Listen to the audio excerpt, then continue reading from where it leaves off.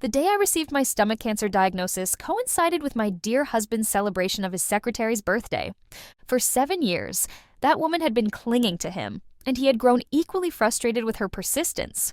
He had once reprimanded her for her blatant behavior, even contemplating involving the police to remove her from our lives.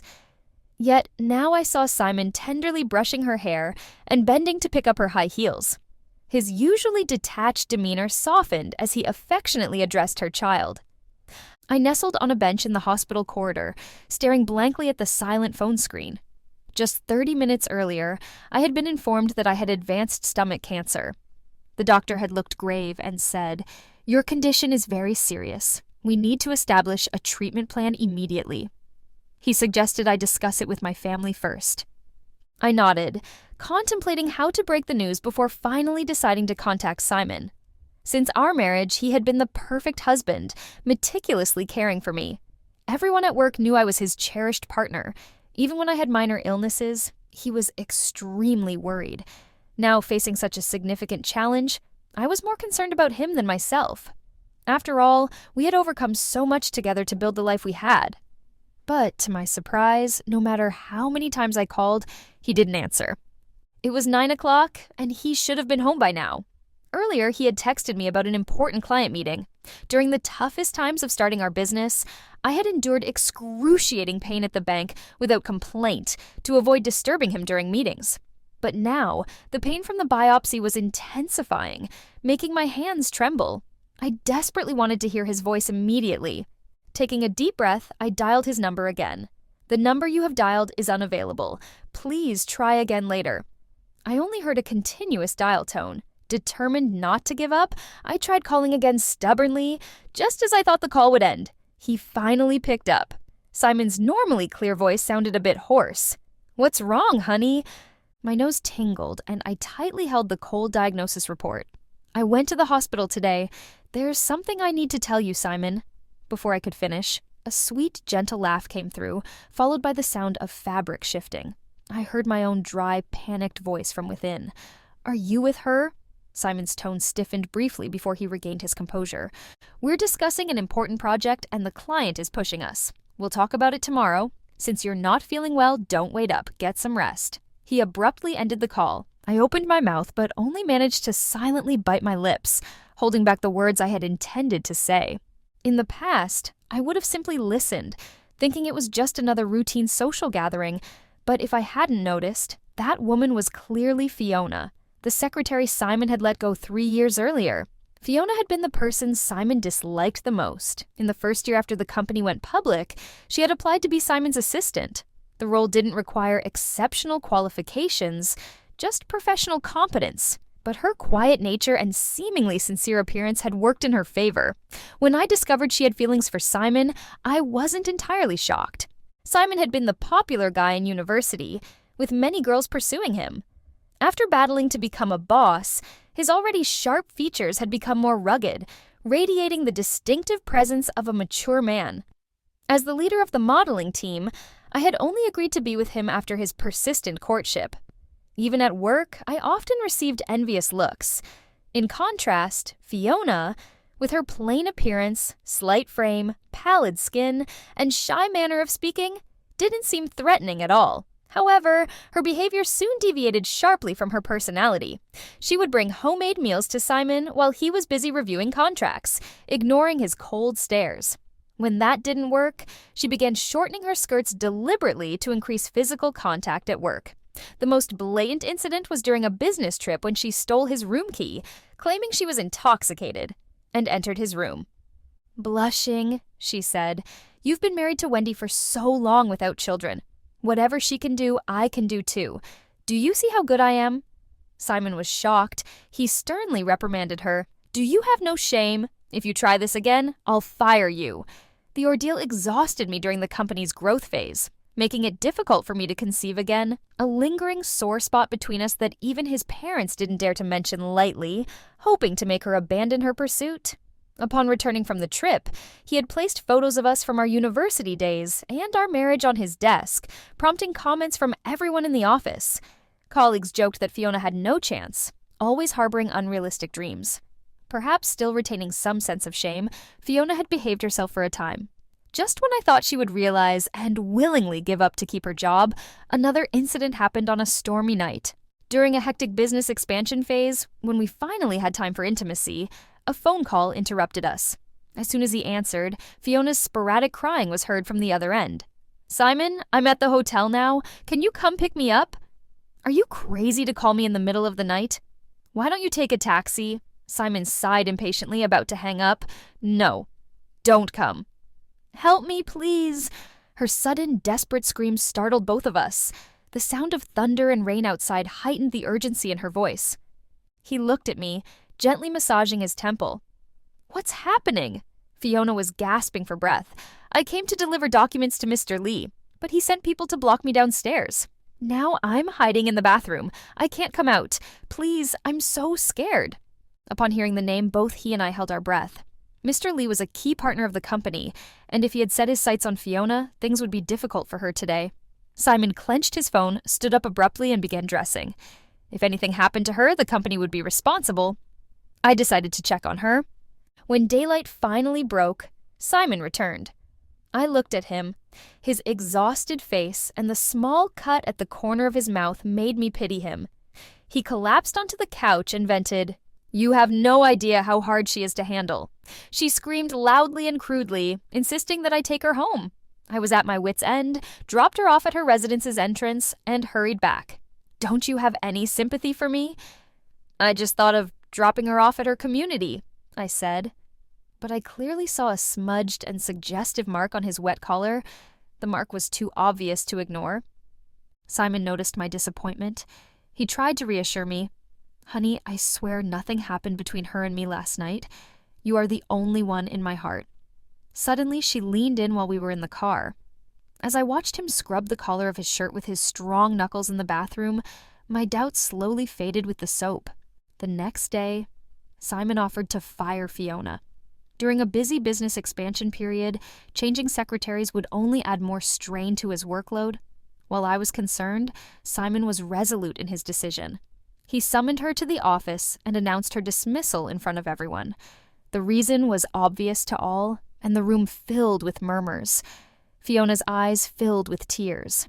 She suddenly lifted her pale face and looked directly at him. "Simon, are you really this heartless? I grew up in an orphanage, barely finished college with scholarship money, and if you fire me, I'll be on the streets. And if it wasn't for the file delivery incident, I wouldn't have called you last night," she choked, grabbing his sleeve tightly. "Why only offer to take me home at night, not during the day?" Simon shook her hand away, his expression cold. "Do you realize how much you've interfered in my life with Wendy?" But she pouted, her eyes misting over. "From the moment I saw you, I knew I was meant for you. Do you have no shame? I'm married. I don't like you at all. How many times do I have to say it?" He rubbed his forehead, his face hardening in anger. Seeing her unresponsive, Simon took out his phone. "If you don't understand, I'll call the police right now." Fiona stepped back, a flicker of determination crossing her pitiful face. "Fine, I'll leave. Don't regret it," she said, pushing through the crowd and rushing out. At last, she was gone. We wouldn't be disturbed again. Simon exhaled deeply, ready to approach and take my hand. However, as he moved forward, someone burst in frantic. Something was wrong. Fiona had been struck by a vehicle downstairs at the company. She was lying on the pavement, her white dress smeared with tire mud and her legs lacerated, oozing fresh blood. Some coworkers restrained the driver while others dialed for emergency services. When the paramedics arrived, Fiona was still calling out Simon's name. Simon tensed up before turning and entering the ambulance. The nurse, unaware of our relationship, gently reassured her, saying, "Don't worry, your boyfriend is here." I was about to speak when I noticed her clutching Simon's pinky tightly, her hand stained with blood. I focused on her hand and managed to utter, "Simon." The resuscitation was in progress, and the nurse cut me off, stating that the patient was in critical condition. "You need to help keep her calm," she said. Fiona's fingers moved softly over his palm, her body shaking. Simon looked at me with a complicated expression, but didn't release her hand. In that instant, I saw a glimpse of tenderness in his eyes. Fortunately, Fiona's injuries weren't too serious. She was in near shock from hyperventilating due to panic and was expected to leave the hospital within a week. Despite this, Simon insisted on visiting her. I couldn't grasp why, since she had resigned and was no longer part of our team. As a responsible adult with support, there was no apparent reason for him to visit. He explained that the accident occurred right below our office, and any rumors about how we treated employees could harm our reputation. His clear, considerate demeanor left me speechless, yet I sensed something shifting. Strangely, after that day, Fiona never troubled Simon again, nor did he mention her. She wasn't particularly popular at the company, so no one really cared about her life after she left. I assumed Simon and I had silently agreed to forget her as just a minor, forgettable incident. If I hadn't heard that familiar voice on his phone today, I might have almost erased her from my memory. How could someone dismissed 3 years ago suddenly reconnect with him? I didn't want to jump to conclusions, but logic reminded me that given Fiona's skills, she had no reason to contact a successful businessman like Simon. Feeling numb, I finally stood up and left the hallway where I had been sitting for so long. The hospital's fluorescent lights cast a chilly glare down on me, as if an invisible torrent was pouring over me. At home, Simon still hadn't returned. Wanting to discuss our treatment plans, I decided to reach out to the doctor the next day. The unusual phone activity made me uneasy. Just as I was about to take my sleeping pills and go to bed, a new message appeared on my phone. Reading it felt like a lightning bolt had struck me. Fiona had posted an update. The photo showed a torn black lace nightgown tangled with a wrinkled men's tie. Although it was just one image, it clearly indicated what had occurred. She captioned it, "The best birthday gift." The tie was the one I had personally tied for Simon that morning before he left, and it was a gift I had specially made for him last Valentine's Day. The distinctive pattern and intricate embroidery on the back made it clear this wasn't merely a stylistic coincidence. I gasped, my vision blurring uncontrollably. All my efforts to trust Simon crumbled instantly, leaving me pale and feeling ridiculous. My stomach began to cramp sporadically. I turned over, clutching my abdomen, staring blankly at the ceiling. Simon had been a fixture at the mall for years, always attracting women with hidden agendas. Regardless of their flirtations, he consistently rejected them coldly. He always wore the ring on his finger, smiled politely, and gently lowered his head, saying, "Sorry, not only am I married, but I also prefer to avoid third parties getting involved." Even my girlfriend had said that if zombies ever attacked and there was only one true love left on Earth, it would be Simon. But now, all those words felt incredibly ironic. I wiped my face, tears streaming down uncontrollably. Simon had encountered countless beautiful women. Why did it have to be Fiona? The next day at noon, Simon returned. He brought exquisite Japanese cuisine and called me to get up with a smile. Even though Wendy was still asleep, he brought my favorite place's dishes, some of which usually had long lines. I barely glanced at the bag he carried. He didn't know that my health condition no longer allowed me to eat those foods. Perhaps sensing something, a hint of guilt flickered in Simon's eyes. "Sorry, the client yesterday was a bit difficult. I didn't mean to stay out all night. By the way, what did you want to tell me yesterday?" I slowly shook my head, pushing aside what I originally intended to say. Reaching out, I lightly touched his brows and eyes. His sharp features were still handsome, and as he gazed at me, it felt like we were back in college. I sighed inwardly, feeling that he was the same person, yet completely different. After a while, I noticed a faint smile in his eyes. "It's nothing, just a trivial matter, not worth mentioning. Well, you scared me when you called out of the blue like that." He leaned in, biting my lip as if seeking comfort. As his shirt gradually unbuttoned, I saw a faint mark on his neck. In the past, I would have pushed him away and demanded answers, but I hesitated, fearing that pushing further would irreparably break the warmth of the moment. When Simon drew closer, I allowed his actions, but my eyes drifted past his broad shoulders to the box in the corner hiding the medication. The doctor had said, if I hadn't received chemotherapy, I would have only 3 more months to live. But seeing him like this made me wonder if Simon would regret deceiving me and lying if I were to die. Throughout the next week, Simon returned home on time from work, and I could guess why. Our wedding anniversary was in 2 days, and feeling guilty, he naturally wanted to make amends at such a significant time. What Simon didn't realize was that while he thought he could conceal things from me, I had secretly investigated him and Fiona thoroughly.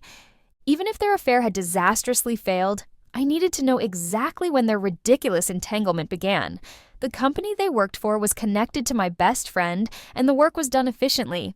They sent me the report promptly after taking on the project. As I reviewed the hundreds of pages, every detail seemed absurd and heartbreaking.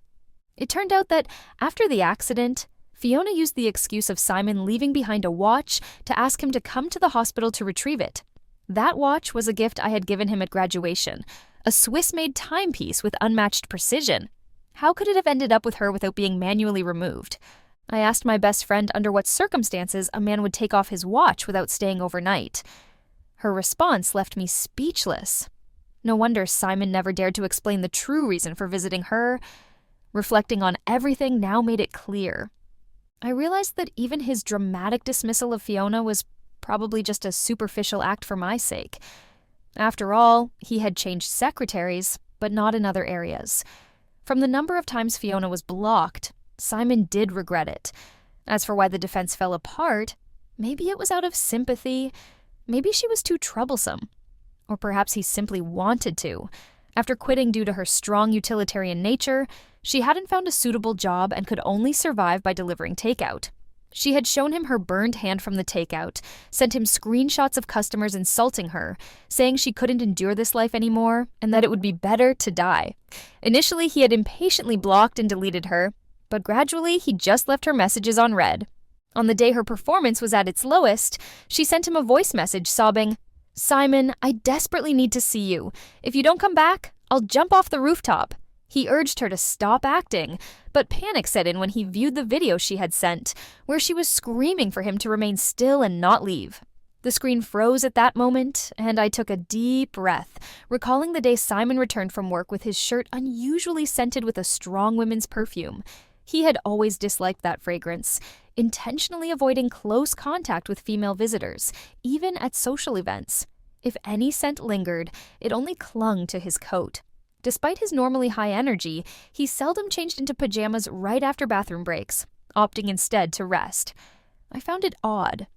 But noticing the faint dark circles beneath his eyes, I didn't press the issue, dismissing it as him being overwhelmed with work. The next day, Fiona sent him a message saying, "See, I won the bet. I knew you had feelings for me, Simon." He responded with just a period. I understand his character better than anyone. That was his subtle approval and tolerance. Just when I believed Fiona was insignificant, she had already become a persistent presence, gradually entwining herself from his exterior to his heart. Perhaps I had overestimated him. I suppressed the uneasy feeling in my stomach and continued scrolling with the mouse. As I scrolled further, their recent conversations became increasingly vague, far surpassing typical flirting. I reached up to touch my cheek, only to realize it had grown cold without me noticing. A friend messaged me, insulting Simon as a despicable person unworthy of anything good, while also offering comfort, advising me not to mourn someone like him. But I knew my tears weren't for him. I was mourning myself. "Wendy, please don't fall for the wrong person in your next life." On the morning of our anniversary, Simon woke up before me. He held me tightly in his sleep, making it hard to breathe. "Wendy, I just had a dream about you," he murmured, his eyes red as he buried his head in my neck. Reluctant to continue, I touched his shoulder, feeling no emotion, just finding the situation absurd.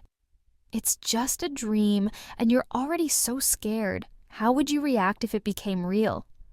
After whispering sweet nothings for a while, he finally agreed to get up and freshen up. The phone on the bedside table buzzed, but when I checked it, I returned it without a word. Simon had been with me constantly lately, and I anticipated Fiona making a move soon. I didn't expect her to lose her patience so quickly. She declared, "Just one call from me and he'll come to me tonight." Do you believe it? I figured she merely wanted to watch me hysterically argue with Simon, but I refused to give in to her demands. She believed that by constantly involving and pleasing him, she would ultimately triumph. However, the living cannot rival the dead. Simon had reserved a French restaurant and specifically asked for the top chef to serve us. Soft piano music played, and I recognized it as my favorite, Fur Elise. Since starting the company, whether emotionally or financially, he had always treated me exceptionally well. If I hadn't witnessed these actions myself, I might have been lenient and thought he was the perfect partner. The light shadow on his face made Simon appear even more handsome as he poured me a glass of whiskey, his eyes sparkling. He was unaware that my health had been deteriorating daily, and drinking that beverage felt like stabbing my internal organs with a knife. Still, I accepted it and drank it quickly before he could say anything. "Simon, are you hiding something from me?" The bitter taste lingered in my mouth as he responded with a brief silence. "Why would I? What nonsense are you thinking about?" His throat tightened as he looked into my eyes openly, but his hand holding the glass shook slightly. In that moment, I clearly understood that despite our physical closeness, his heart had already changed. The sudden ringtone broke our silence. He glanced at the screen for a split second, but his face immediately turned pale. Although Simon quickly answered the call, I noticed his nickname displayed. He was calling her Baby, likely another clueless supplier. Meh. He put his phone away and tried to approach me for a hug. The vibrating sound seemed to push something intangible. I watched his every move calmly, noticing he appeared far more anxious than I was. Glancing at the screen, Simon stood up unnaturally and took out his car keys. Something must have gone wrong with the project. Sorry, I need to handle it. Before leaving, he handed me a gift he had prepared long ago. Happy anniversary. I love you. After he departed, I opened the box and sent a picture of the necklace to a friend who was aware of it. It was a limited edition that required ordering at least 3 months in advance at the counter, with strict purchase limits in each city. My friend quickly responded that there were 2 orders under Simon's name for it, and she had even asked him to include a specific note. Looking at the provided messages, I remained silent. They were 2 remarkably similar messages addressed to my true love, for my one and only love. At that moment, my eyes burned painfully. So, Simon had made such loving promises to another person while showering me with care. I despised him. That night, Simon returned to his usual demeanor. Perhaps feeling guilty or sensing something, his phone hadn't received calls from clients or suppliers for half a month. The more time he spent at home, the more unsettled Fiona became. She confidently threatened, "I will ensure you leave Simon this month." I calmly swiped away that shocking message with my finger. When Fiona realized her provocations couldn't shake me, she went into a frenzy, sending videos of her and Simon and printing out transcriptions of their voice messages to me. I remained unaffected. Realizing that provoking me couldn't elicit any emotional reaction, she took advantage of Simon's absence to pose as a delivery person and appeared at my door the moment I opened it. I was taken aback. "Who gave you the nerve to come here?" She discarded her helmet and stared at me with a strange madness in her eyes. "Wendy, you're still as beautiful as ever. Simon refuses to divorce, right?" Suddenly, she emptied the contents of her bag onto herself and then slapped herself loudly. Seeing her cheeks flush quickly, I instinctively stepped back, but she grabbed my collar and dragged me toward the staircase.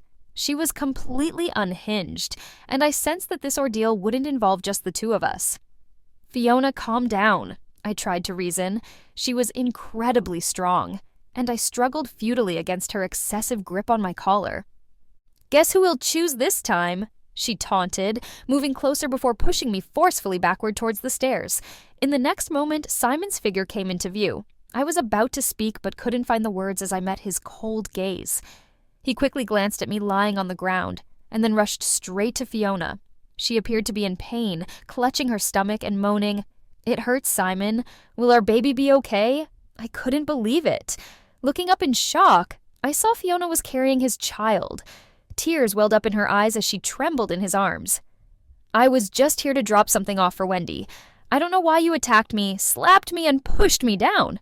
I was terrified and didn't understand what I had done wrong. "Simon, save me. She must be trying to harm our baby." Simon held her gently, looking at me with disappointment. I covered the wound on my leg and laughed self-deprecatingly. So, this was why he had been protecting her, hiding it from me. I could never have imagined he cared so deeply for this child. Yet, when I was taking supplements, he had whispered that he didn't care if he had a child himself. I stared at him in horror. "Simon, don't you have anything to say to me?" His voice was icy. "We'll discuss today's events later. I know you despise Fiona, and she shouldn't have been here today. But now she's pregnant. What you did today really disappointed me, Wendy. I know you're angry, but over the years, I believe I haven't wronged you in any way. However, you can't have children, and my career is advancing. I can't be childless. If you calm down, you'll understand how I feel." I didn't argue with his words. Since he chose to believe the rumors, why bother explaining further? Nothing is sadder than a heart turned cold. I staggered to my feet, smiling with a sense of relief. "There's nothing to calm down about. Let's get a divorce." Simon hastily carried Fiona away. I shut the door quietly, preparing to gather my belongings when an unexpected, dull ache struck me sharply. Immediately, a rich, sweet scent filled my throat, prompting me to dash to the bathroom. I coughed reflexively a few times, only to be horrified by the sight of the sink overflowing with blood. Panic set in as I felt suffocated. Cold sweat drenched my back almost instantly. I leaned against the wall, gasping desperately for air. Recovery took what felt like an eternity. When I finally looked up, my reflection in the mirror revealed a disheveled, pale figure, looking utterly exhausted. As I reached to turn on the faucet for a rinse, my eyes caught the sight of a cracked couple's mug beside it. Left, with a large hole. This mug had been previously broken and repaired by Simon. This incident occurred shortly after we moved into our new house. Simon's mother, who had always disapproved of our marriage, discovered my health issues and forcefully demanded a divorce despite Simon's objections. That day, she hurled the most hurtful and vile remarks, destroying everything in the room. Usually calm and collected, Simon had tears in his eyes for the first time. He quietly stood by the broken mug, protecting me as I trembled. He spoke slowly and firmly, assuring me that regardless of whether his mother accepted me as a daughter-in-law, she was the only wife he wanted. He emphasized that having children was irrelevant. He couldn't manage to care for her alone for a lifetime and couldn't find time for someone else. After his mother left, Simon fixed the broken cup, still shaking. He held me gently, whispering reassurances that no one would ever mistreat me again. That day, I truly believed him. However, the repaired mug symbolized our relationship. Once fractured, no matter how much we tried to fix it, things could never return to their original state. Taking a deep breath, I steadied myself and headed back to the bedroom. Despite my resistance, every item in the room was imbued with Simon's presence, forcing me to confront our shared past. An old, yellowed photo on the nightstand showed us on graduation day, him daring to kiss my cheek amid cheers. His intense gaze had even softened our usually stern teacher's expression. In the drawer lay our first ring, a simple band I had bought during our toughest times. Simon had saved up for it, spending hours at the mall despite the stares and ridicule. The roses on the windowsill and the designer dresses in the closet brought tears to my eyes, unnoticed amid my dizziness and pain. Every reminder of our life together here weighed heavily on me. Within half an hour, I packed my bags, leaving behind every item related to Simon. As I was about to leave, I received a message from him wanting to talk. The doctor had advised late-stage patients to stay positive, but my despair and frustrations were all tied to Simon. Smiling bitterly, I slid down the wall, too unsteady to read his lengthy apology and analysis. I simply replied, "Waiting for you to return," and then decisively blocked and deleted him. Understanding Simon's nature, he likely believed there was still hope to salvage our relationship, as long as I was open to communication. Yet, the glaring red exclamation mark on my phone showed how unrealistic his thoughts were. 5 minutes later, the phone rang as expected. Leaning against the cold wall, I ignored the call and instead dialed another number for help. I felt my life slipping away bit by bit. Whether it would be in days, hours, or seconds, it didn't matter. Even in death, I refused to remain here. Simon kept calling persistently, perhaps finally feeling that desperate loneliness. But it was just the beginning. I knew he would never let go of Fiona to return to me. Simon was a successful entrepreneur, but he had forgotten that over the years, my strategies were just as effective as his. He had a keen understanding of market trends, often going against the tide during crises to maximize profits. Meanwhile, I valued patience, building momentum, and setting traps to ensure successful outcomes. He chased profit while I focused on his heart. I believed he would appreciate the gift I left for him. Darkness enveloped me as I heard sharp ambulance sirens downstairs and Anna's cries outside the door. I tried to speak but realized I couldn't make a sound. In my final moments, I saw Simon from our university days again, his handsome figure walking towards me in the light, his eyes smiling. Normally, I would have shyly looked away and stood nervously, waiting for him to confess his feelings. But this time, I chose to turn and run towards an unknown light. Under the sky, the cry of a white dove echoed, a symbol of mourning for a lost loved one and a blessing for a new beginning. Asterisk, asterisk. Epilogue. Asterisk, asterisk. Simon never anticipated that Wendy would follow through with the divorce. He assumed her anger was temporary and that she would change her mind. On his way to the hospital with Fiona in his arms, Wendy messaged him saying, "I have packed up the house. We'll move out tomorrow." Regret washed over him instantly. He wanted to call and explain, to tell her he was momentarily confused and to beg her not to be upset. But Fiona's groans from the passenger seat made him realize it wasn't the right time to communicate. When he returned home from the hospital, he found no sign of Wendy. She had left without a trace, not even the potted plant from the balcony. However, there were still things she left behind. Simon wandered into the bedroom, searching through drawers and cabinets until he collapsed on the floor, staring blankly. Every piece of jewelry he had given her was neatly placed back in their boxes. Wendy had always been gentle, never using harsh words, but seeing these items was more painful than any physical wound. On the bedside table, Simon found a letter from Wendy. He opened it, hoping to agree to whatever she needed to come back. As he read, his breath caught. The letter detailed evidence of his infidelity and included a divorce agreement. They had been married for 7 years, without major arguments until this final confrontation. Wendy was resolute in her decision, and despite their years of love, the evidence left no room for reconciliation. Simon rubbed his face and reached for his phone to call Wendy, but every attempt was met with a cold electronic voice stating the call couldn't be connected at the moment. Exhausted by the endless waiting, he removed his suit jacket and slumped onto the bed, inadvertently falling asleep while clutching his phone. In his dreams, Simon saw a 21-year-old Wendy from their university days. He remembered her fair skin, tall stature, and focused eyes that made his cheeks flush. Before a stage performance, she had carefully lifted her dress, navigating through the crowd with her flowing hair brushing his face and quickening his heartbeat. Despite his popularity, Simon had worked hard to win her over. Shortly after graduation, he proposed, and they both left their small town to pursue their lives in the big city. After a year of working together, Simon expressed his desire to start his own business. Wendy quit her job at a foreign company to support him in his small studio, handling clerical work, accounting, and every task she could manage. Neither had much experience, and they faced numerous setbacks early on. During their toughest times, they lived in a rented apartment with drafty windows that wouldn't close properly in winter. Wendy refused to turn on the heater to save money for Simon's business, so he could only hold her tightly in bed to keep her warm. To help with his business, Wendy, who was allergic to alcohol, would drink repeatedly until she suffered gastric bleeding before finally stopping. Seeing her in the hospital bed brought him to tears, and he silently vowed to work even harder to repay her sacrifices.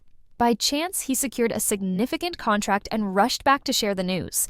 Wendy was even happier than he was, and they cried and laughed together in their small office.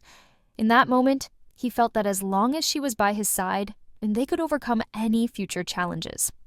On the day the company went public, he took her home deliberately.